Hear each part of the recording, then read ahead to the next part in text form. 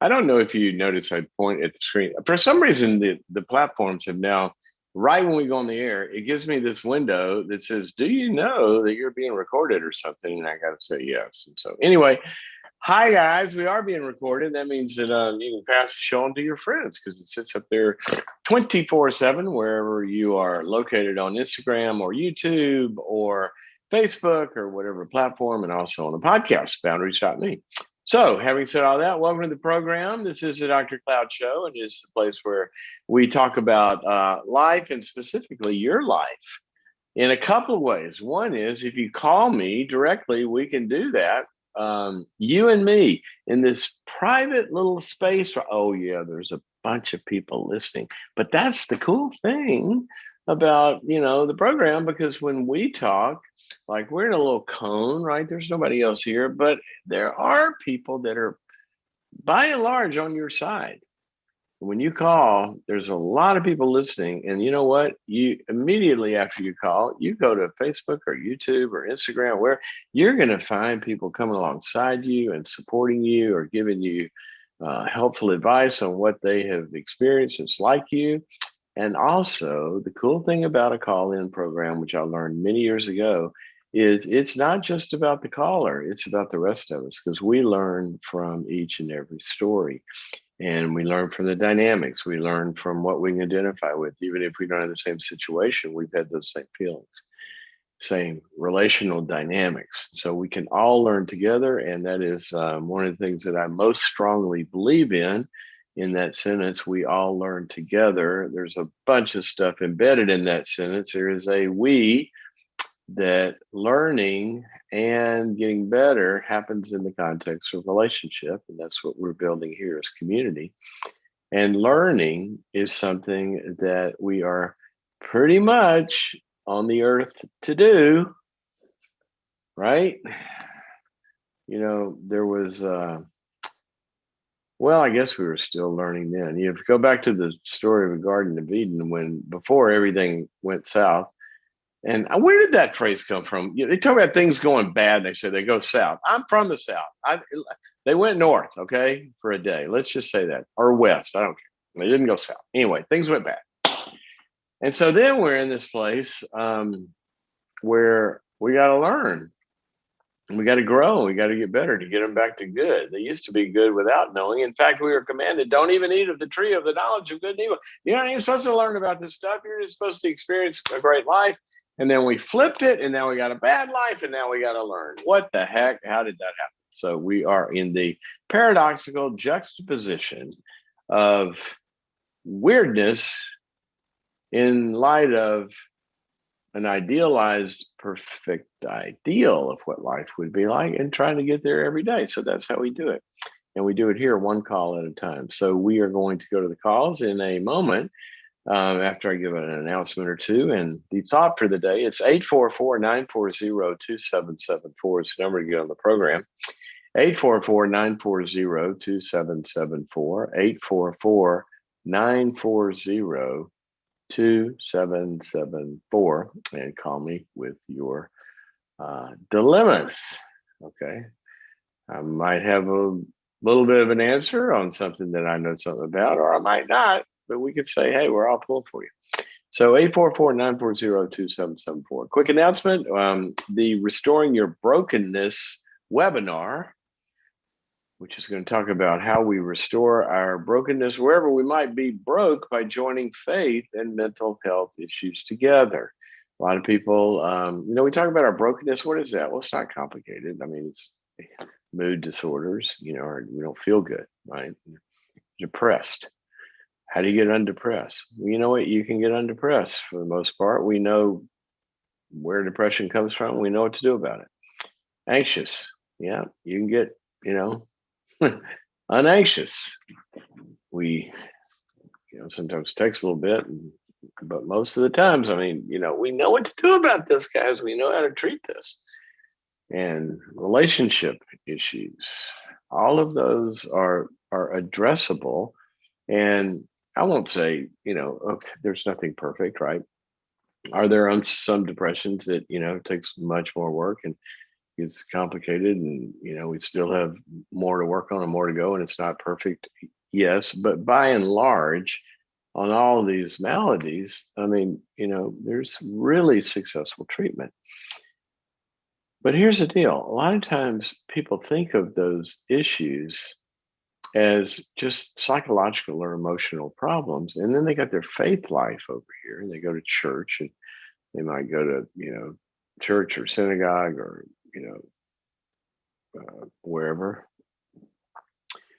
And they're kind of divided, not intentionally divided. You just don't see the connection of what your spiritual life and your faith have to do with actually the real dynamics, the real cure for a lot of emotional issues. And they are very related. They're very, very related. And the more we understand, if you are a person of faith, the more we understand how your spiritual life and integrating the two of those is not separate, but one, how that affects your getting well, the more we understand that, the closer to God we become, the closer to others we become, and the more of the person that you were created to be you become. As faith and the what we call psychological dynamics of life are integrated. And so that's what this webinar is about. How do you address these issues practically with practical steps, but also those practical steps having to do with faith and spiritual growth. So that's what it's about. July 14th, 2 hours live, probably go longer than 2 hours. Last time oh gosh, we're supposed to be 2 hours, and there's so much about this. I just kept going. Almost 3 hours, I think, on the marriage one. If you want to see that, you can go to boundaries.me/marriage, where all the workshops live on boundaries.me. But anyway, this one's coming up, and it's go to boundaries.me/restore to get signed up. That's a website, www.boundaries.me/restore, to sign up for this one. And once you sign up, if you can't be there live, that's fine. Just stream it later. But you have to be signed up in order to stream it. So go there, boundaries.me/restore. We're looking forward to that. And while you're there, check out the boundaries.me website to see all the stuff it has. All righty. Our thought for the day. I hate to be negative, guys, but really I don't. I mean, I'm not a yacht dealer. I'm a psychologist. And I don't know if I ever had anybody walk into my office and say, yeah. And I say, why are you here? And they go, well, you know what? Life is just going so well. I'm feeling so good that I thought I needed to get that treated. I got to fix it because I feel too good. I got energy. I can concentrate. I've got clear direction. I can pull the trigger on my goals. I initiate. I achieve them all. My marriage is perfect. My relationships are perfect. My kids are all stellar. And our extended family, oh my gosh, it is the perfect family in the world. So, doctor, can you help me? No, never heard that. Never heard that. If we did hear that, I'd be thinking, okay, maybe they're in a manic phase. Might have, a little bipolar issue going here. Maybe there's some other kind of extreme narcissism and denial. There's a whole bunch of stuff, but usually we don't get treatment for how well things are going. So when I say embracing the negative, what do I mean by that? Well, here's what I mean by that. Life as we know it has boo-boos, as kids call them, trauma, as adults call them, wounds, as everyone calls them, imperfections, failures, losses, griefs, personality conflicts inside of us that keep us from being and doing what we want to do, being who we want to be and doing what we want to do. Inability to reach our potential, habit patterns that don't change, relationship conflicts that don't get better and only get worse when energy is applied to try to make them better. That's my definition of dysfunction. You want a good definition of dysfunction? Dysfunction? I don't like to think of dysfunction as when something is broken. That's not dysfunctional. That maybe be not functional. It's not working. But dysfunctional to me is when you got something that's broken and you exert energy and attention and focus and effort to make it better. And by the trying to address something to make it better, we make it worse. Now that's dysfunctional. What's dysfunctional parenting? We got a kid that's not functioning, meaning what? They're not getting off the couch and doing their homework. That's normal to not be functioning at the level of perfection that we want to function at. That's normal. What's dysfunctional is when mom or dad goes and intervenes in that situation, and now you've got an estrangement in a relationship and a kid that unplugs and a parent that's screaming or depressed. Now that's dysfunctional. And so when we apply effort to things and it gets worse, that's when, things aren't good. But here's the deal. There's still that gap between the way that we need things to be or the way things are or the things we want them to be, ways that we want them to be. There's that gap between that and how they are. And so the only way to A, keep them from getting worse, and B, making them better, because things rarely stay the same, is to address them. So you notice, though, I didn't say addressing the negative, addressing our problems. Okay. Because when you address somebody, what do? You acknowledge them. Hey, Joey. Hey, Susie. Hey, I know your address. I know where you live. See, addressing is acknowledging or knowing that something exists or someone exists or where they exist or what's going on. But a lot of times we do that. We'll address a problem. But in my book, Integrity, I talked about these successful people do more than address problems. They embrace problems. Now, when we embrace a problem, what do you do when you embrace? You hug it, right? You move towards it and you get to know it. Now, before you start commenting, what are you saying? You go embrace an abusive? No, that's not what I said. Okay, so I'm not saying go make yourself subject to abuse. But what I'm saying is, even in abuse situations, we have to put our arms around the reality, even if you might need to stay away from the person in those situations. The embracing the reality is fully embracing the reality and owning I am in a situation here, or I have a situation, or I am a situation that ignoring or attacking, that's why I use the word embrace instead of attack, is not going to help. All right, so here's what I want you to notice about that term. Embrace means I'm going to move towards it and I'm going to intimately know it. Even if I'm protecting myself from it, I've got to know it. That's what I mean by embrace. Moving towards basically is what I mean. So I'll never forget. In fact, I put this story in the book, I think, in Integrity. It's been a number of years now. I was having lunch on a Sunday in a gathering. I think it was a brunch or Easter or something. And I was talking to a man there that I really, really, really look up to and have for 30 years. One of the most stellar human beings that I have ever known.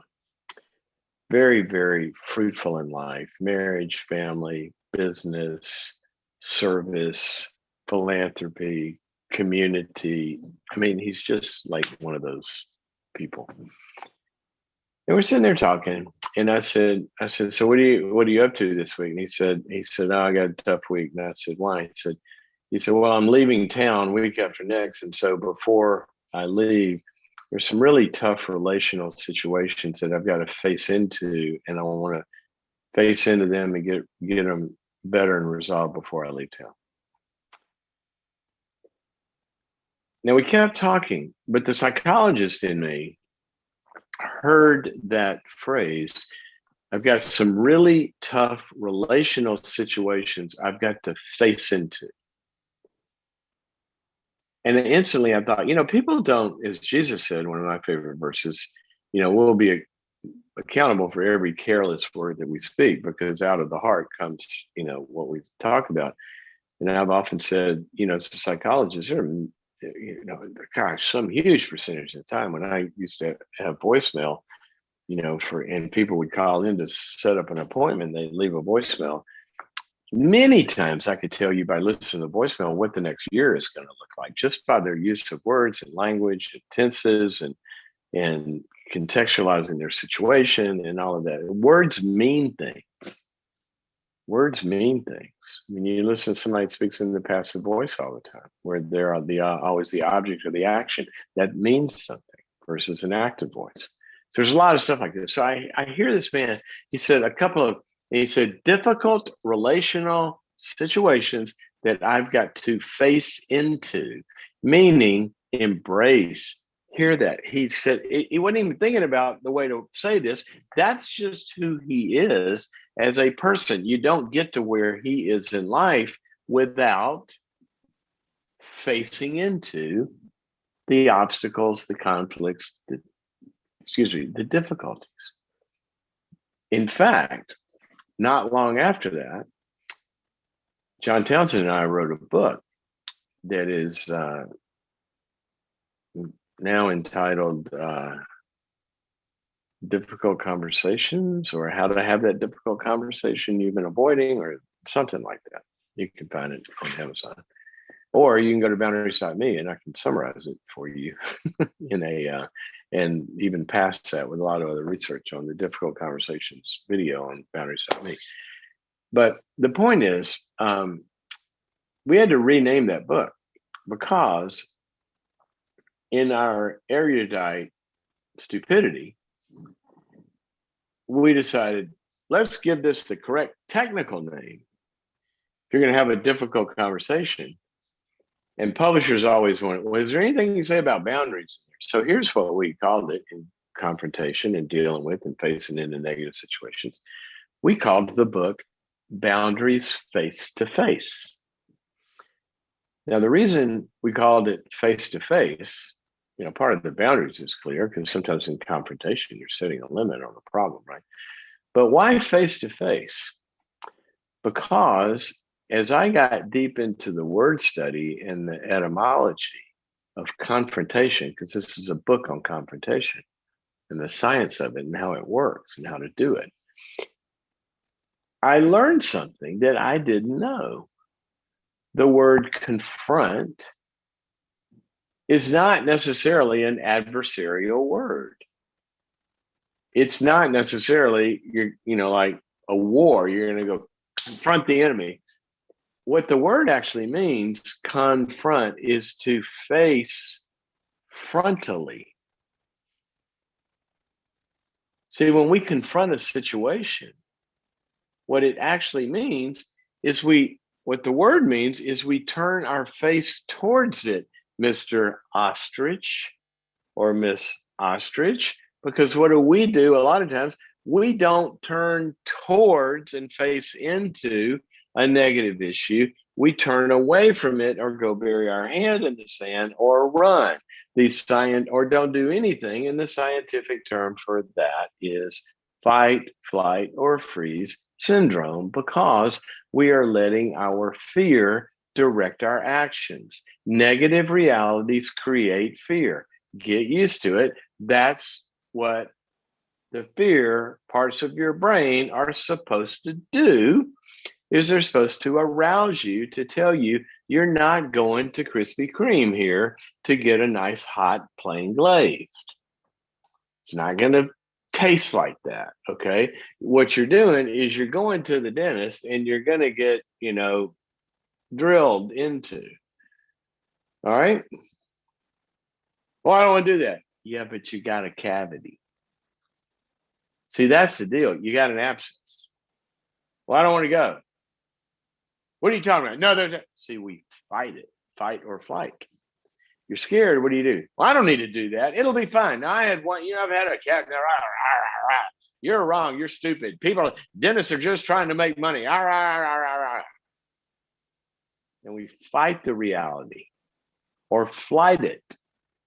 Well, yeah, I'll go next month. Or no, I don't have time right now, but or I don't want to think about that. I got other stuff. So you attack it or you avoid it, or we freeze and don't do anything. Why? Because that's what your fear centers of your brain are designed to get you to do. Unless the fear centers in the limbic system and amygdala and all that stuff you read about, adrenaline, cortisol, all of that stuff, unless you have not decided to give that a life of its own and to bow to it as a God. And what that means is we bring the fear center into relationship with the higher parts of the brain, which God gave you to be in his image, the prefrontal cortex, which has other things in it, like judgment, wisdom, values, decision-making, purposefulness, love, fruitfulness. See, it has vision. I might feel afraid, but I have a higher value than giving into my fear. I have a higher value of restoring this relationship. And so I'm going to choose to bring my resources together and take a step and face into this problem. See, that's where we're not letting our fear be our God. And I tell you, a lot of negative situations in life, our fear can be our God. We wouldn't say that. But what do? We fight or flight or freeze. But see, the person of, and that's why I put in the book integrity. Integrity is more than just being honest. Integrity is to be an integrated, integrate, integer, whole number, whole person. A whole person is more than their fear. A whole person is also someone who's connected to the higher purposes of their heart, mind, and soul, and use their strength to go live those out, because they look down the line and they say, this is a conflict, but the wounds of a friend are better than the kisses of an enemy.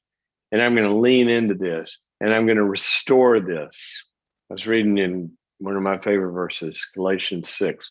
It says, if any of you have a friend that's caught up in a trespass or caught up in something ugly or a sin or acting out or a drug addiction or a conflict, it says, go and restore such a person gently and humbly. See, lean into it, face into it. You got a friend that's struggling, reach out and help them and rescue them. But also we got a conflict, reach out and face into it. And don't let the fear syndrome derail you. Let it speak to you. I've learned over the years, when I'm afraid, A, that means I'm alive.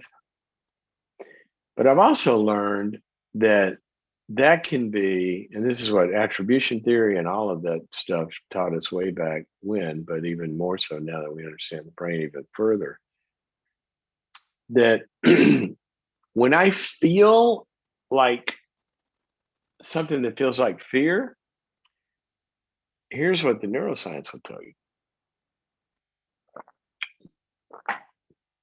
That's also arousal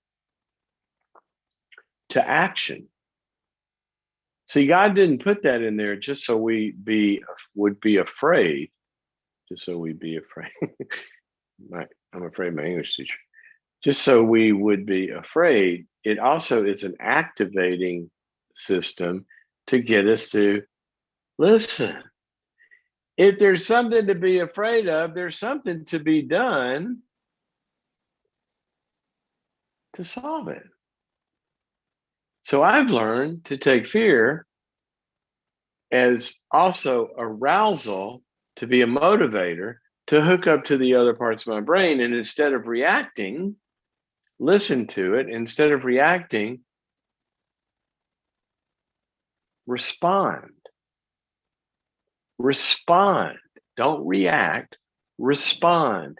And respond has to do with a selection of options. If an alarm goes off in the cockpit of an airplane and they look at it, that's listening to the fear. They look at it and they diagnose what's the issue. And then they look at their protocols. They'll instantly pull it up and they'll have 5 options. Turn around, go to the airport. How much time do you have? How much fuel do you have? Jettison all the fuel, all the way down to get the plane on the ground. See, there's options, not reactions. And when you embrace the negative, you are responding, not reacting. That's called emotional regulation. The modern people now call it emotional intelligence. That's pretty good. I think I'll do something smart when I'm feeling something instead of something dumb. Great term. Emotional intelligence. I like that. Bible calls it wisdom. But here's the thing, guys. I want you to be like the man I started the story with. I want you to have a fruitful life. That's why we do this every single day. And I want you to soar. And I know you can. You were created for it. You were created and designed to be fruitful. I mean, who buys a computer and brings it home and hopes it doesn't work? Well, God didn't make you and bring you to wherever you are to hope that you didn't work. No, He designed you to function. And now things have gone bad, and He has invited us to come to the party and embrace the negative. Confess your faults to one another, James chapter 5 says. Confess your faults to one another. Why? So you can be spanked? No, that's not what it says. Confess your faults to one another so that you might be healed, is what it says. So let's bring the negative into an embrace and let's go solve it. Now, sometimes as we embrace the reality of it, we also have to find that we have to quarantine ourselves from some parts of the problem itself. But see, if you're in an abusive relationship, for example, you'll never set up the boundaries and escape and get to a shelter if we don't embrace the reality of this. Let it come to full rest. I am in danger here. I can't minimize. I need to take this. I need to watch out for myself. I need to escape. I need to go to a shelter. I need to go to a friend's house.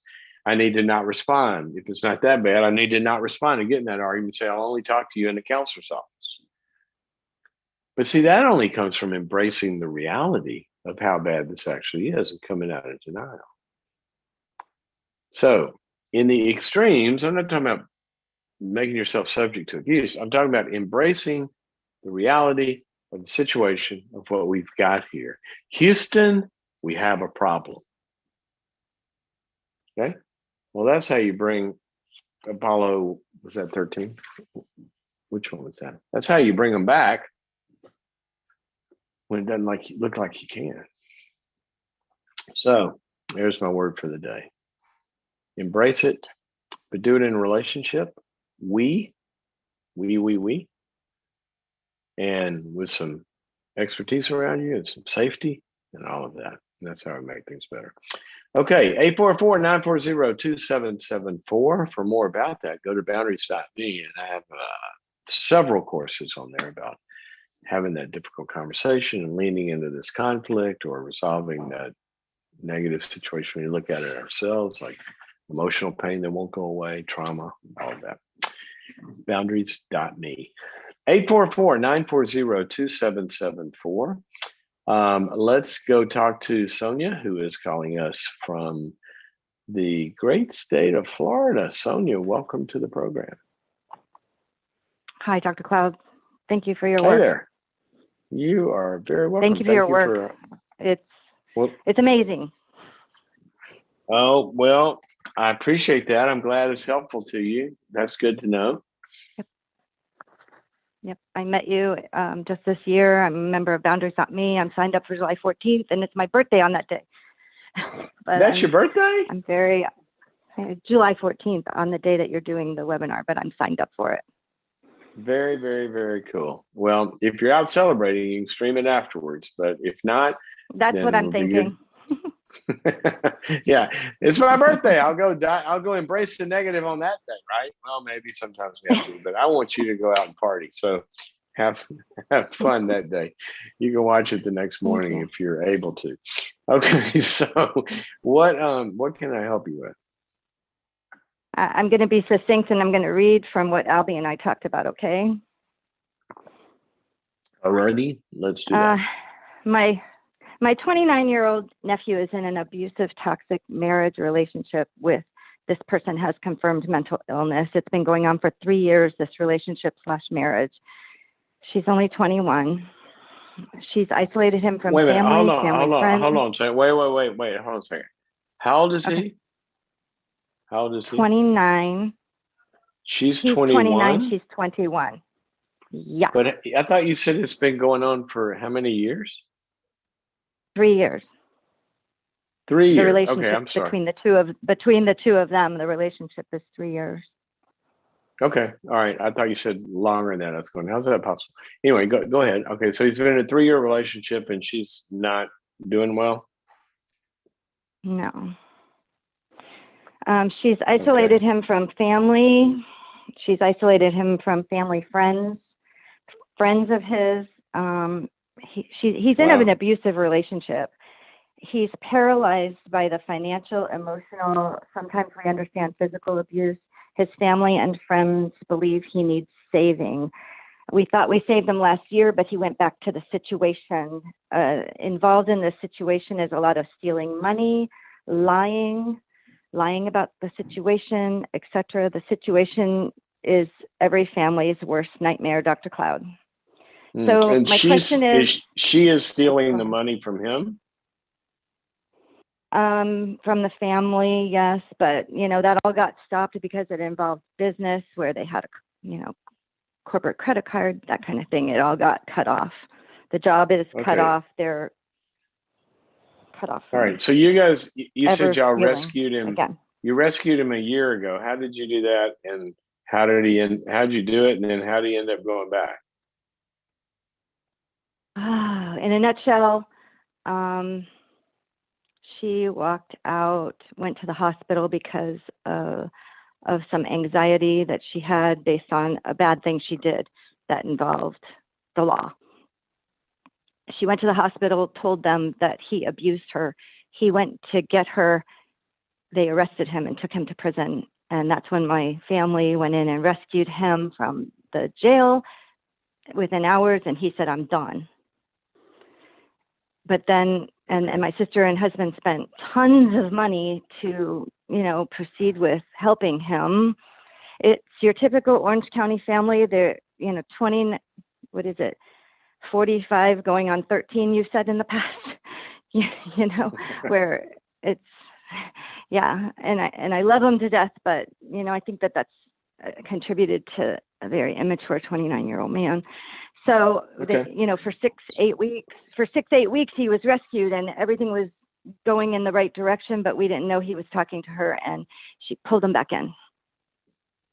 All right. Family and friends are pondering an intervention. And that's my question is, with everything that's gone on and everything I've told you, there's so much more to the story, as you know.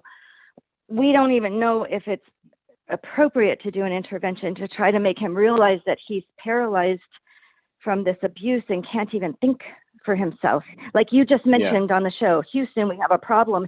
He can't even go there because he's taking the path of least resistance so that he keeps her happy. Yeah. Okay. So, quick question. Is there any one person that has great leverage and great access to him that he will talk to? Any one person? Possibly his father, but it's pretty estranged. It's pretty broken, but I would think his father might be able to, yeah. And his mother too, my sister. Now, what I'm specifically the question I'm asking, that I'm not asking who has the skills yet. I'm asking who will he even let in to talk to, into his space? Who will he be open to talking to? I understand. Probably nobody. So if his father tried or his mother tried, he wouldn't return the call?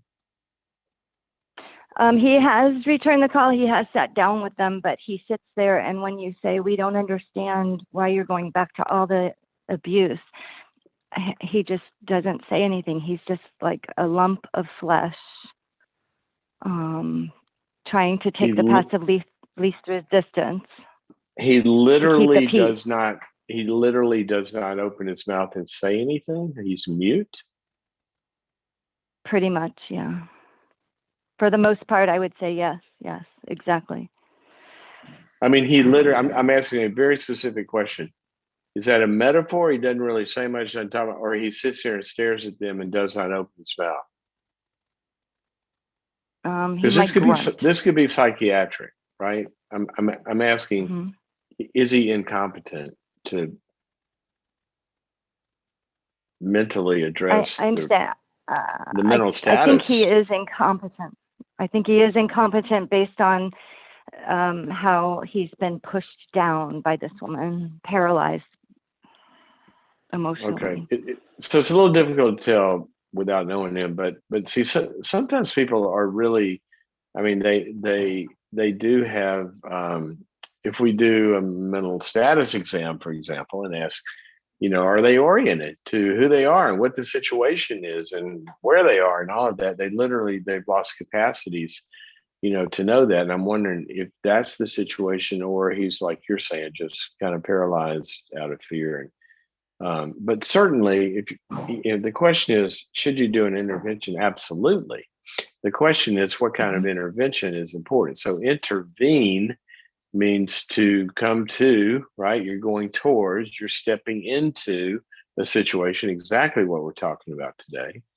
You're not going to allow something destructive continue to happen to someone you love, right? I quoted a verse earlier, Galatians 6. It says, if you see somebody caught up in a trespass or a situation or something like that, the literal word there is the word for a fishnet. It's like a fish gets caught in something. We don't condemn them. We realize they're caught. He can't get out. And that's what you're saying. So God bless you for that. The question is, what's the most effective way to do it? And probably the first thing that I would do, and I always tell people, a lot of times, and this is fine, a lot of times friends will get together, and a couple of friends will come together and say, dude, we want to talk to you. We love you. And what we're seeing going on in this relationship is not good. And they'll talk, but there's the capacity there for the person to listen and to take input and some wisdom in the room to kind of help them out. So that's the informal thing. And that's what good friends do all the time, right? But then when that doesn't work, and here's what I want you to think about, Sonia, and God bless you for what you're doing. I want you to think about, the same way a doctor looks at what's the least invasive treatment, right? Before we go to full blown, surgery. So the least invasive is, that's why I was asking, who has access, can sit down and just listen. And that's what I would say. The first intervention would be whoever has access that he would talk with, and they go grab him for lunch or something and say, okay, I'm not, look, I'm not trying to push you around here. Just help me understand because I'm concerned. So help me understand what's going on. And they really, really listen to try to understand the way you do, like in a hostage situation. They go in and listen first. And so that's what I would Mhm. try first. Now, from there, I would ramp it up to maybe there's a couple of people that he feels safe with or would feel safe with that could do it. And again, I'm asking you to diagnose what's going to work and what isn't, who can do it and who Mhm. can't. From there, the next level would be to do that with somebody who actually has expertise in this, like a good Mhm. psychologist or somebody like that. And then when if you get around that juncture in this path and you start to think, well, I don't know if that's going to work. What I would do is if you feel like he's incapacitated in some way, I'd call a psychiatrist and give the full picture to them and let him or her kind of judge, this may be a psychiatric condition, and you somehow get him in or go with him or get them to go with you to find out if this guy's got all of his capacities. And then from Mhm. Okay. there, what you do is a formal intervention where the people that love him the most and the people that care about him the most somehow get in a room with him. I don't know how you do that, but there's different ways you trick people into doing this. And you do trick them Mhm. sometimes because they might not come on their own. And you're all in the room, but you only do it with the professional interventionist there. Okay. And you Right. have available that moment the various options of solutions.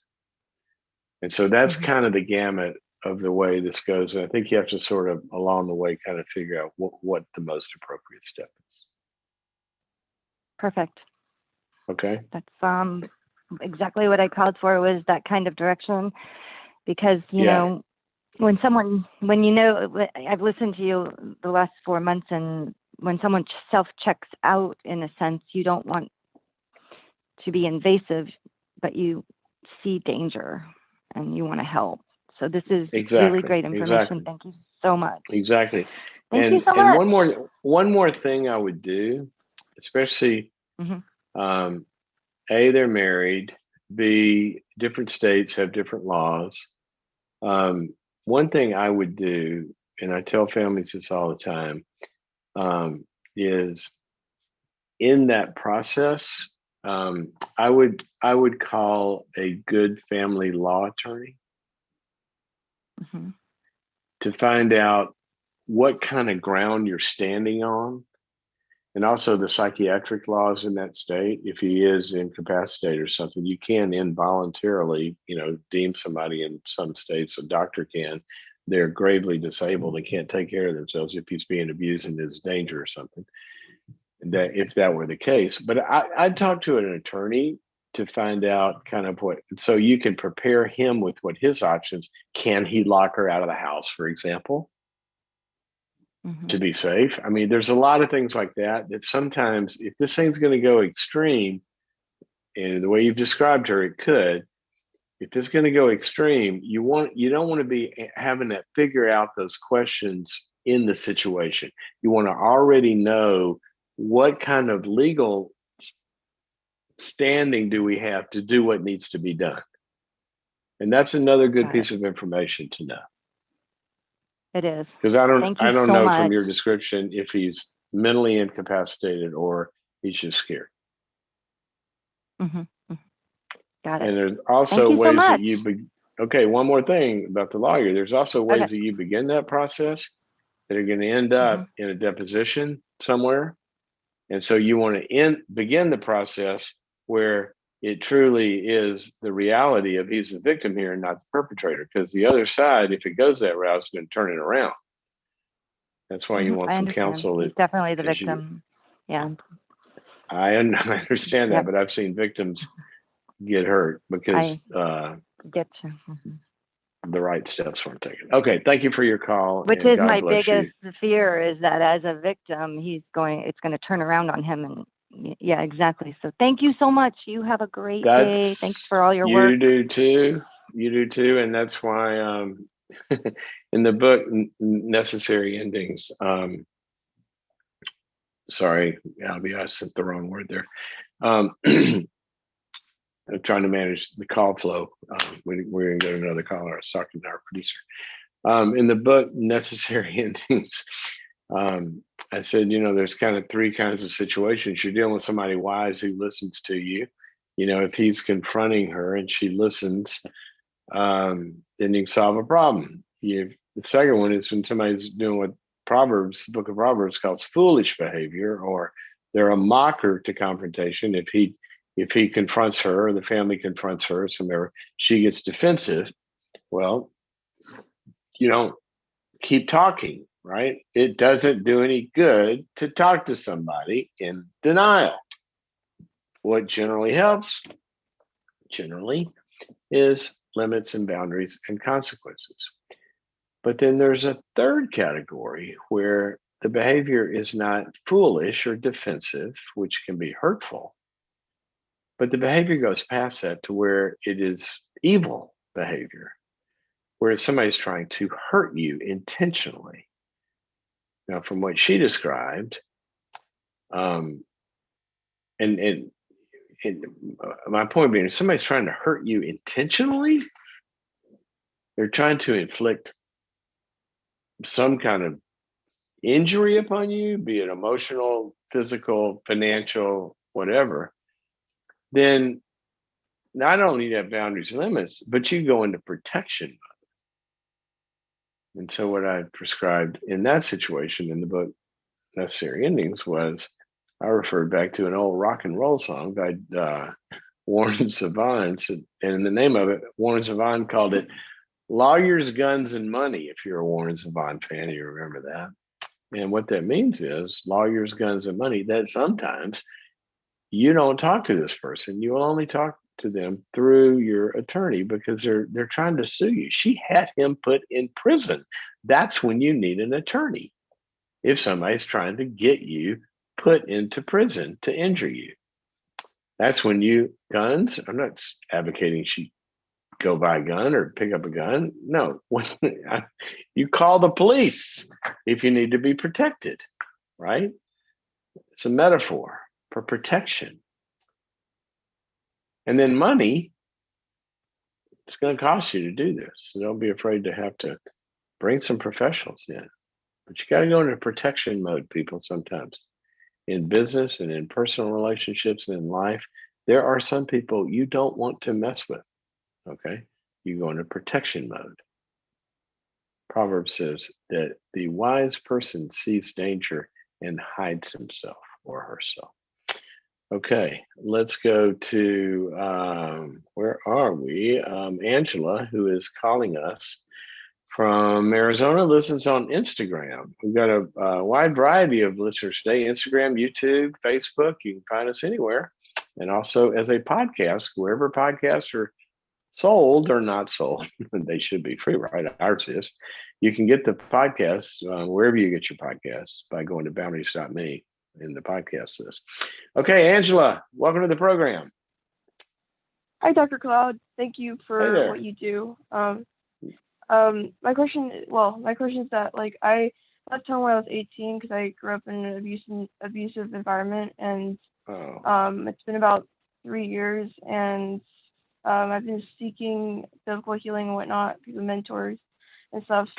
But one of the things that really affects my life daily is just my desire of wanting parents that I've noticed that it's gotten into every single part of my life, of which I didn't expect that to do that. And despite having mentors and the what has gotten into every part of your life? I couldn't quite hear. Like the desire for parents. Desire. You say desire? Yeah. Yeah. It's actually good that you can feel that. That's good. It's really good that you can feel that. Some people don't realize that they need parenting, and they don't realize that. So you know what they try to do? They sublimate that need into like a romantic relationship or some kind of addiction or something. But you're aware that you need some people watching out for you, and you need some people nurturing you, and you need some people guiding you. That's parenting. That's good. And I've had a really hard time dealing with that, especially when I see other people with healthy families. And even struggling with like, I understand that having God is having everything, but those two don't really go together at times. And what does wait a minute, what hold on a second, what does it go together at times? I didn't understand that. The line that people like to say that is mostly true, where if you know God and if you have God, then you have everything. But then wait a minute. The other part hold of on. The other part of you what? Is like, I really want parents, and people say like God is our Father and whatnot, and I don't know how like those two just keep being Angela. conflict. Angela, oh, I'm so glad that you called.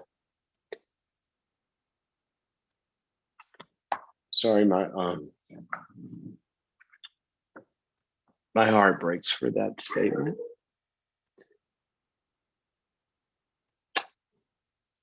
Sorry, guys.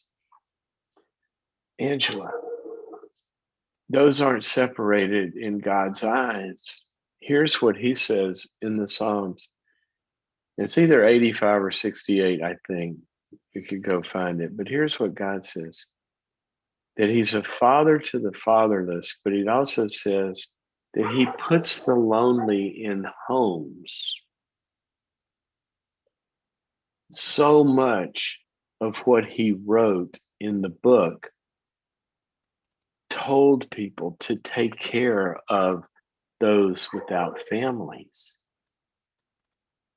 the orphans, the widows, the children that don't have anybody. God's not asking you to go without.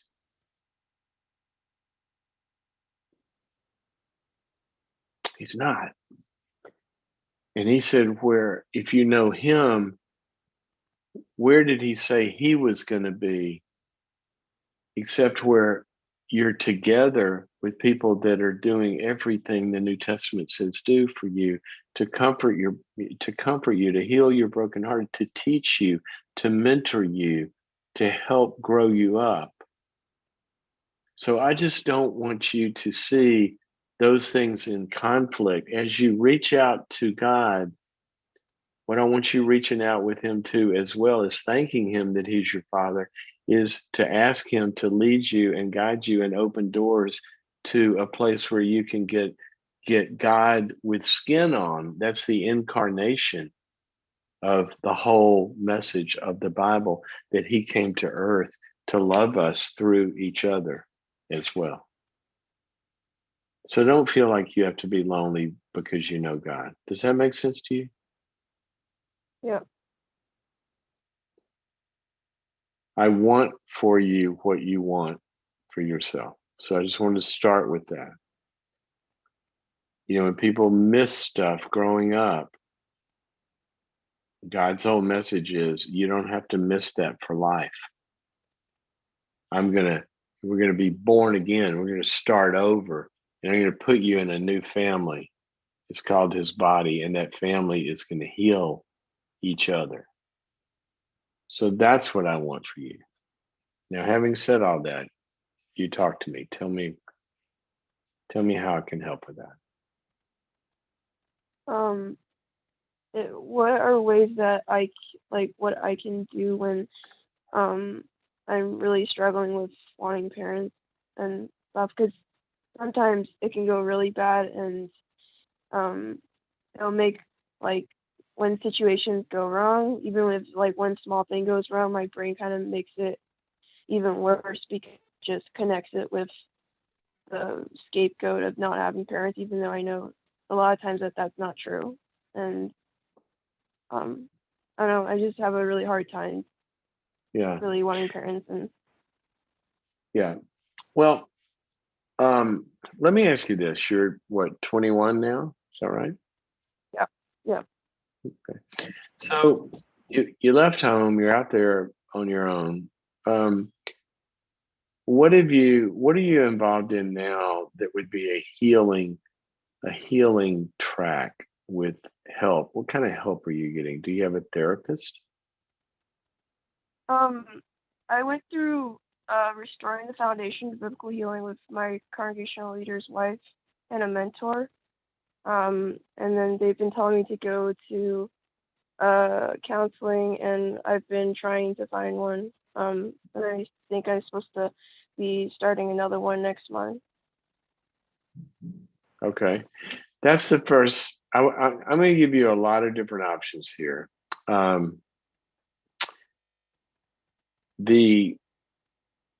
If you can do that, that'd be the first place I would start, would be to find a really good individual therapist, because that would be somebody that could help you steward all the other pieces of this as well. But I would want you to find a really good individual therapist. I would also want you to find a group community setting, something like Celebrate Recovery. Google Celebrate Recovery. They have groups all over the country, all over the world, actually. And that's a very healing environment where, people get exactly what you're talking about. I mean, what do our friends do for us? They reparent us because we grew up in a dysfunctional family called the family of Adam, the human race, right? And then we're born into a new family where we get reparented. This is all very, very normal. You just have to find the context for it. So I'd like to see you get an individual therapist. I'd like to see you get specifically a healing community like that. And then you're going to go from there into some specialty areas, which means parents equip us for life. So whatever your inclinations are, if you want, if there's some career path that you need to go into, there's you know there's classes and mentors and support systems and all of that. Or if whatever the track is, I think we also need mentoring in addition to healing. So I would want you to be looking at all of those different tracks. And here's what I would tell you, that by and large, it really helps if this isn't happening on its own, that you go somewhere where they're hanging out a shingle and saying, we are here for you if you're hurting in these ways. And we have, an agenda and a schedule, and we meet every Thursday night at 7:00, and where there's a set structure to do this. And, in most cities, there's a lot of times there's several churches that have a lot of things going on just like you want. So that's what I would suggest to you. Okay. Still there? Yeah. Okay. Is there anything else I can answer for you or say to you other than I have great hope for you?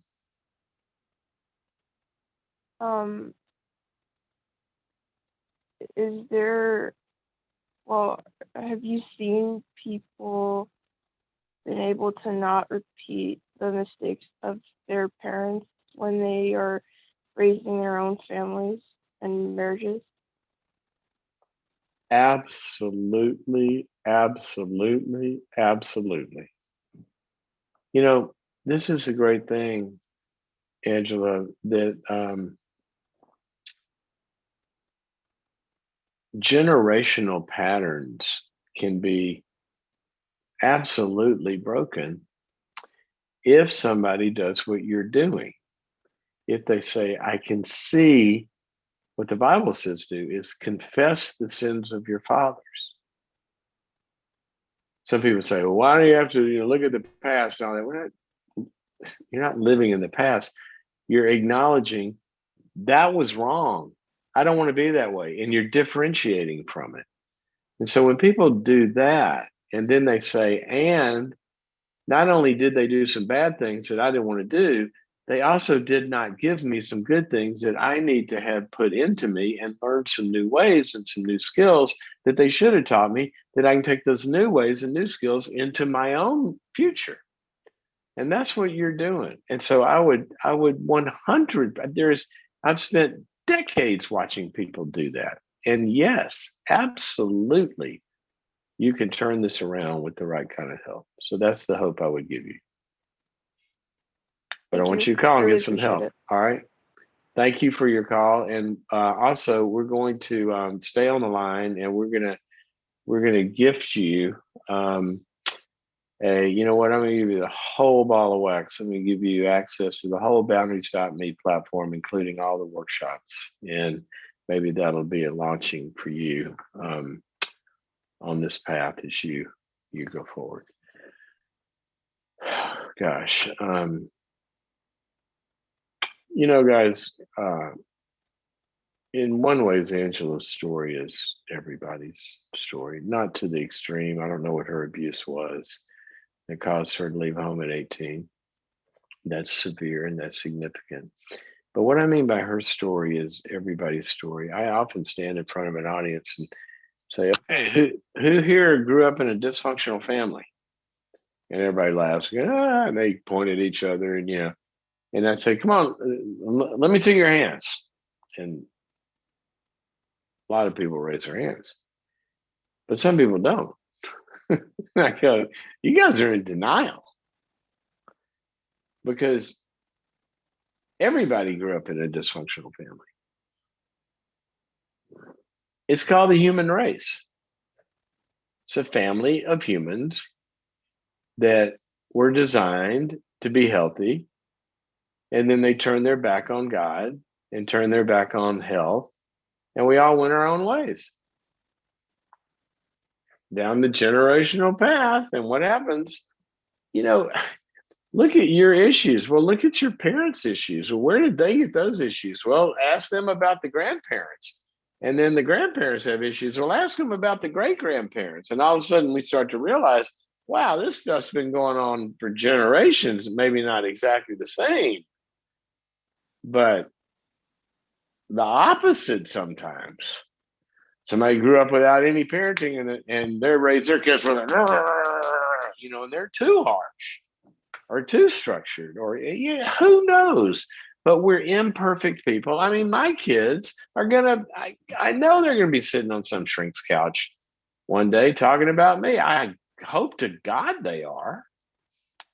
I hope they go, I can't, this idiot wrote all these books, and sometimes he wasn't, and I hope some friend goes, oh, that's too bad, I'm sorry. And they go, thank you, I feel better. And then they do better. I hope they can confess the sins of their fathers. Now, they did have a perfect mother, but that's another story.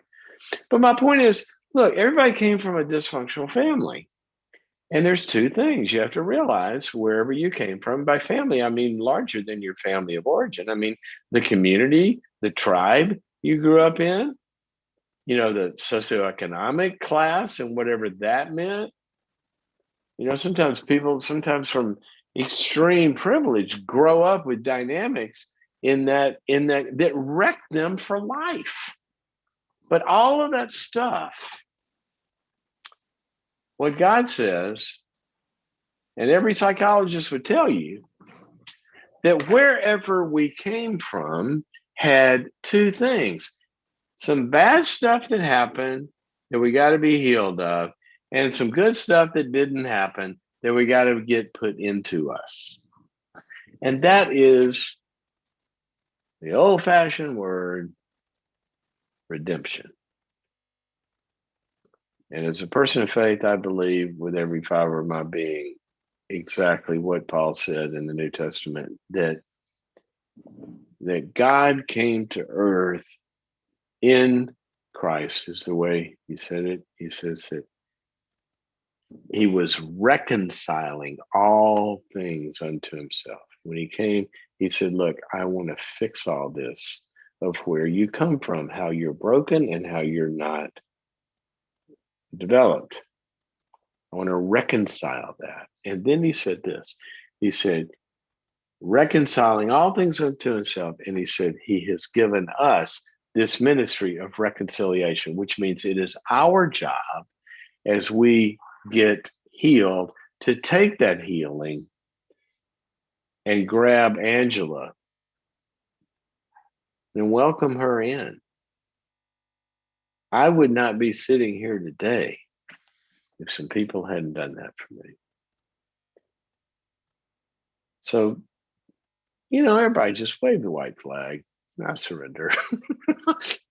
I got issues. You got issues. We all got issues.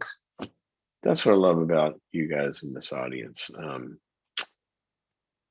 That you're facing those issues and you're dealing with them.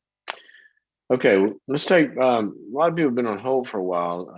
We have a lot to deal with today, and if I don't get to you, I want you to call back. We're going to go to one more caller. Janice is calling us from Facebook in New York. Janice, welcome to the program. Thank you so much. Thank you for taking my call. I know you're at the bottom of the hour. I am. Sorry. So I'll make it quick.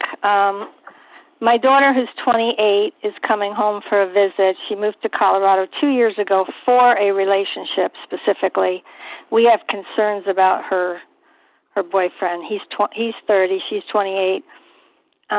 Just a lot of concerns about character, financial decisions, and she's coming out alone and he's joining her later. But I'm just wondering if I should be having that difficult conversation about, I just need advice on whether or not to just let things unfold, or if we should be more intentional and sit her down and really tell her, because they're talking marriage.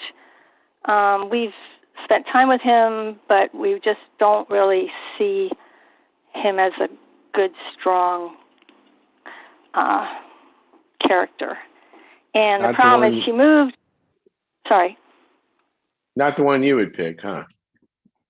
Initially he looked great. He's a Christian, a chiropractor, and now it's like, no, really bad family history, really irresponsible with money, wacky medical opinion research, whatever you want to call it, and he's influencing her, and I feel like this was her first and only boyfriend, and when I listen to all your advice on dating, I'm kicking myself because I didn't, when she was living with us before she moved, really vet him and ask her those hard questions then. Now I feel like she's invested so much moving across the country.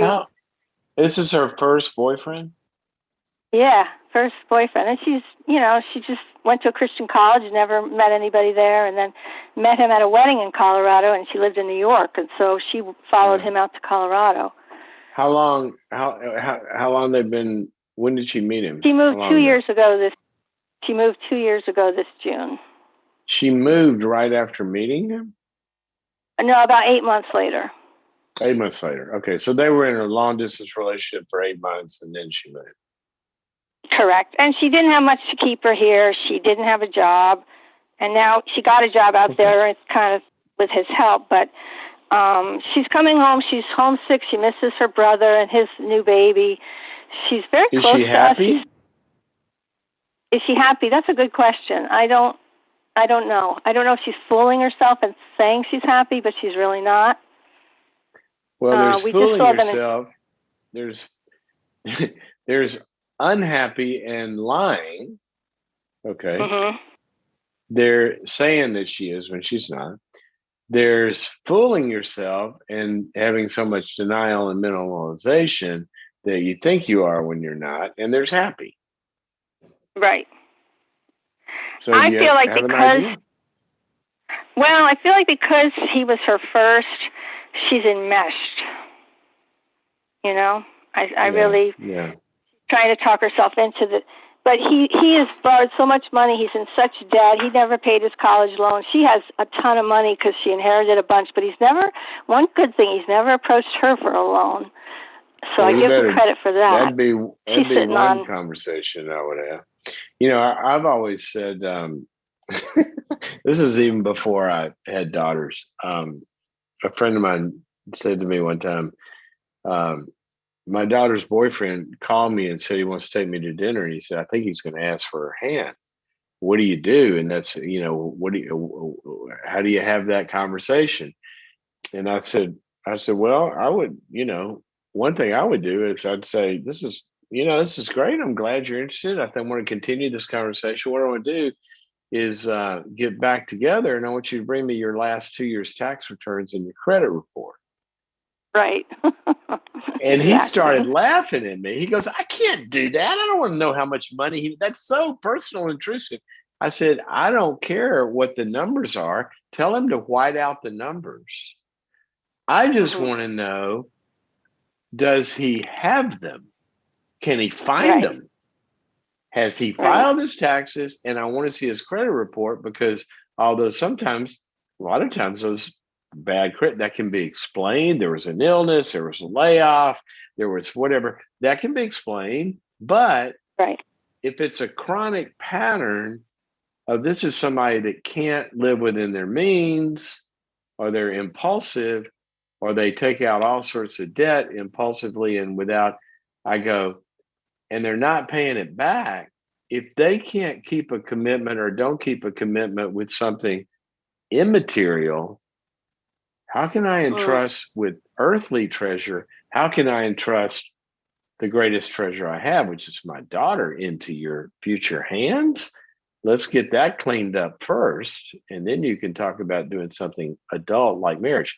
Anyway, it's just a metaphor of what you're saying, that there are character issues, and she inherited a bunch of money.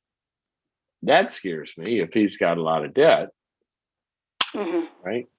Well, and my question is, should I initiate a conversation with her? Yeah. She's coming out for 3 weeks. I'm only going to see her this weekend. Then she's spending 2 weeks with my son, her brother.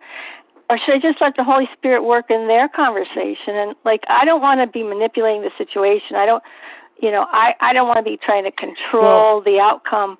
No, but I also don't want to be I hear that. I don't want it to be the day before her wedding and I haven't had the talk with her.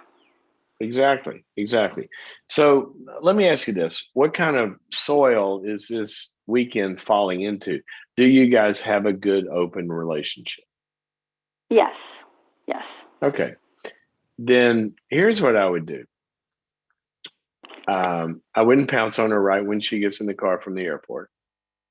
Right. She opens the car and says, "Hi, Mom. So what are you doing dating this idiot?" I wouldn't start there. Right. Okay. We'll work up. What I would do is I'd really connect with her first, hear about her life and what's going on, celebrating all this kind of stuff. And so she knows, the relationship is exactly what you say. We have a good, solid relationship. I'm not policing your life. And then I would do that. Now, at some point, you're going to feel like you guys are kind of into the flow of safety and et cetera. And if she hasn't brought it up by then, say, well, how's it going? Tell me about you and Joey. What's going on there? What's going on in y'all's relationship? How are you? Are you liking it? Are you happy? What's happening? And I would let her talk. Right. And I would let her talk, and I would ask questions about the answers. See, the way we draw, Proverbs says a person's heart is deep waters, and the person of wisdom is able to draw them out. Right. And then you're not telling her what you think about what she said. You're asking her more about what she said.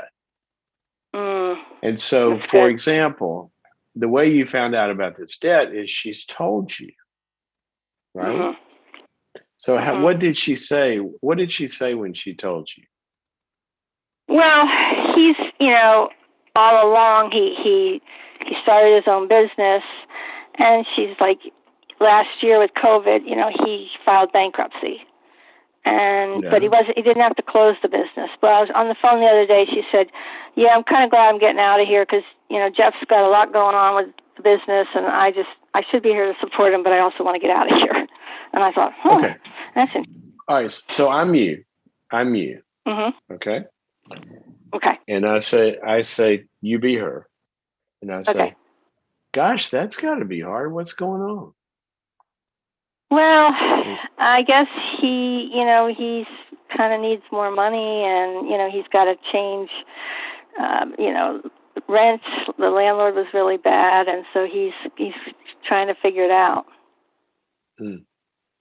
Is he making progress? You feel good about his plan? Well, we don't really talk about it because I don't really want to know, and that she has said that to me. Oh. I don't really want to get involved in his finances. Yeah, I can understand that. Unless y'all were getting serious, because you start to get serious, and if you're thinking about ever, combining your lives, they're not his finances, they'll be yours. Does that scare you? I don't know what she'll say to that. You don't know, do you? So no, I'm not giving advice, because advice a lot of times will shut people down, and they'll see you as the enemy in a fight or flight moment, and they'll fight your advice. Okay, what I'm doing is I want to bring it out of her, so she's sitting with the problem. Because she's the only one that can do anything about it. And right now, if you're having all of the angst, then she has no conscious angst. What a good conversation does is it brings the angst out to where it sits in her lap. And so I could just start out by saying, so how are you really doing? Yeah. And well, I wouldn't say really like you've been lying up until this moment. I would say, so how's it really going? Like, tell me, let me see behind the scenes. You're my daughter. I want to know, like, are you happy? Are you sad? Are you worried? Are you concerned? Are you celebrating? Tell me how it's going. And I'd give her lots of options. I'd let her talk, and I'd pull it out of her. Yeah. And then when you start to hear the story, I would say, are you open to a few thoughts? Okay. I'd start there. And then she says, what? What would she say to that? Sure, Mom. I want to know what you think. Okay. Well, do you know that whatever I think comes out of love and concern for you? Can we start there? Do you know that? Yeah, I know you do love me. Okay. I love you too. So here's what I love. I've always loved that, there's so many good things about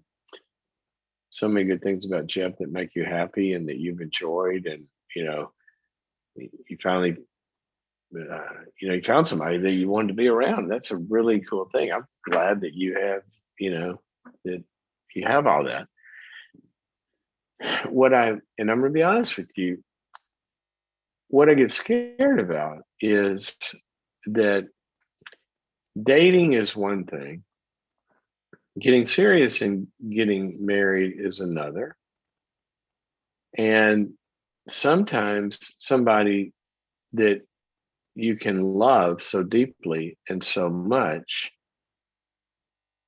can also be somebody that with that love comes potentially some things that if you ever got married, those become your life now. And Mom, I think she would say, well, Mom, I'm going into this with my eyes open, and I know maybe he isn't the perfect man, but I do love him. That's what I said, sweetheart.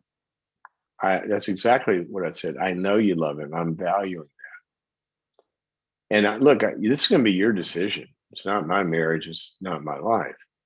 What I'm saying, sometimes somebody that's not in love is able to see some things that I just want you to see them eyes wide open. And what I would want for you is, if he's got a lot of, there's a lot of chaos and debt and all of that scary stuff that can truly affect you guys' future. That's one of the reasons couples have struggles. I would want you to, if you're going to get serious, then at least do it eyes wide open, say, I don't want to get married until we get a very good financial counselor and advisor in future and a plan.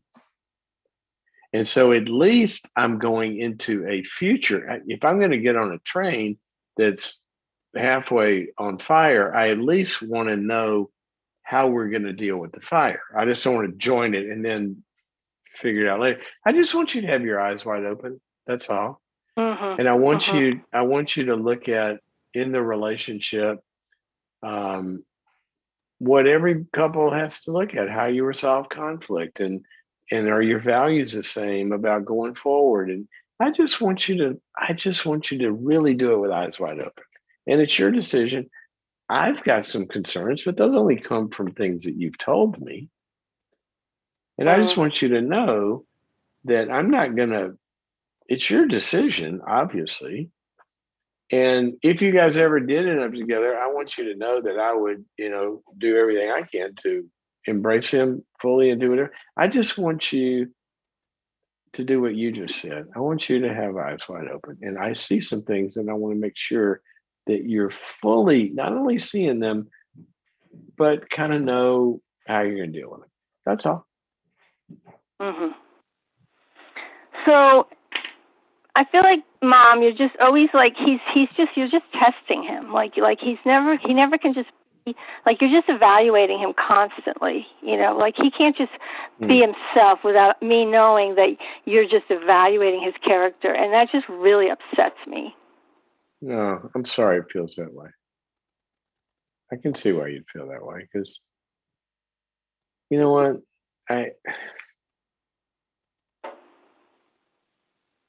I wouldn't want you to feel like I'm criticizing him. And I'm really not. If you're saying evaluating, yeah, you know what? Because I love you and I value you, I just want you, my daughter of high value, to be valued and not be hurt.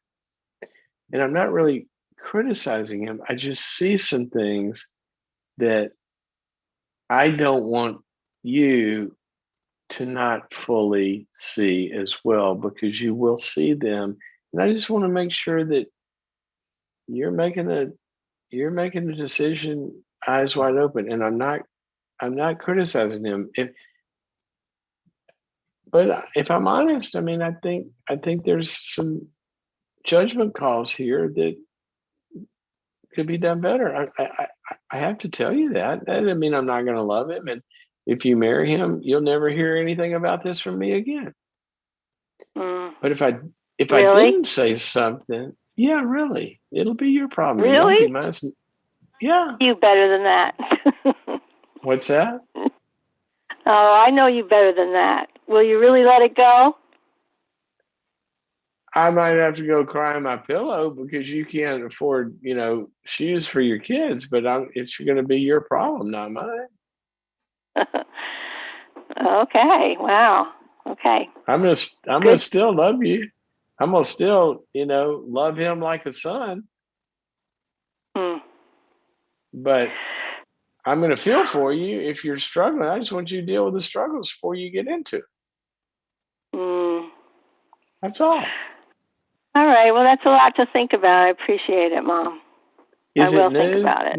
Now let me ask you a question, sweetheart. Is it new to think about it? Is it new to think about it? You've been in a relationship with him or do you think about it? Do you have anybody you talk to about it other than him? No, I don't. Well, look, fire me. Okay, I should be fired when you're 21 anyway. But I want you to find somebody that you can talk to about this where you don't feel like it's mom criticizing you. And go talk to somebody and just make sure you're talking to somebody. Every couple needs to evaluate their relationship with somebody who's for them apart from the relationship. and not somebody that's against the relationship, somebody that's for the relationship, but somebody that you can process this with. Look, I don't want to be your policeman. I quit. Well, let me tell you something I've told you before, Mom. I tell him everything you say. Okay. She's. You don't even have to. You know. If you don't, you know So, what? If that feels crummy, bring him here. I'll talk to both of you. You're going to tell him to his face that you don't think he has good character? Did I say that? I don't know. I forget now.